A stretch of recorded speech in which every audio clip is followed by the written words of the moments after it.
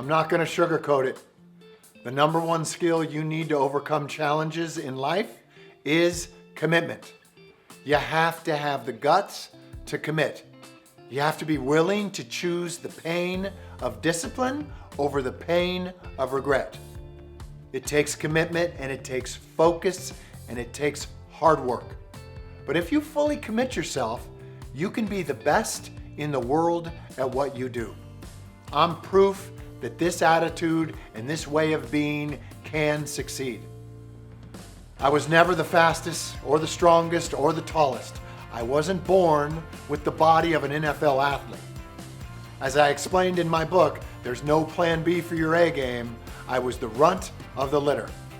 The first time I ever played tackle football, the first day of practice, they weighed and measured us for the game program. I was a freshman in high school, 5 feet tall, 100 pounds, and by the look on the coach's face, it was clear I was not football material. My dad picked me up after practice, and I told him, Dad, hey, they weighed and they measured us for the game program, and the coach thinks I'm too small to play. Without skipping a beat, my dad said, did they measure your heart, goddammit? I told my dad my school doesn't even have one of those heart measuring things. And then my dad told me a story about a little puppy. He was a ranch hand on his uncle's cattle ranch, and they would use a dog to help him herd the cattle. Well, the dog was amazing. The dog could do the work of 10 men, and he was always one step ahead of the herd. The ranch literally could not survive without this dog. When the ranch dog gets too old and it loses a step, they breed it with another rancher's dog, my dad said. And then, when the puppies are born, the rancher takes the smallest puppy, the runt of the litter, and they tie a little piece of yarn around its neck, and then they watch that puppy very carefully for the next 12 weeks. After the 12 weeks goes by, the rancher takes all of the puppies, except for the runt, and he gets rid of them. The runt of the litter is the new working dog on the ranch. Bo, the runt always has to work harder to survive against its bigger brothers and sisters, always.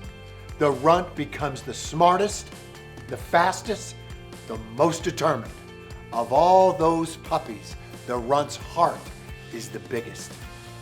The rancher stakes his whole livelihood on that fact. You bet on the runt every time, goddammit. I'm the youngest of 6 kids, so I knew my place. I was the runt. I had to work harder than anyone else. And that's exactly what I did.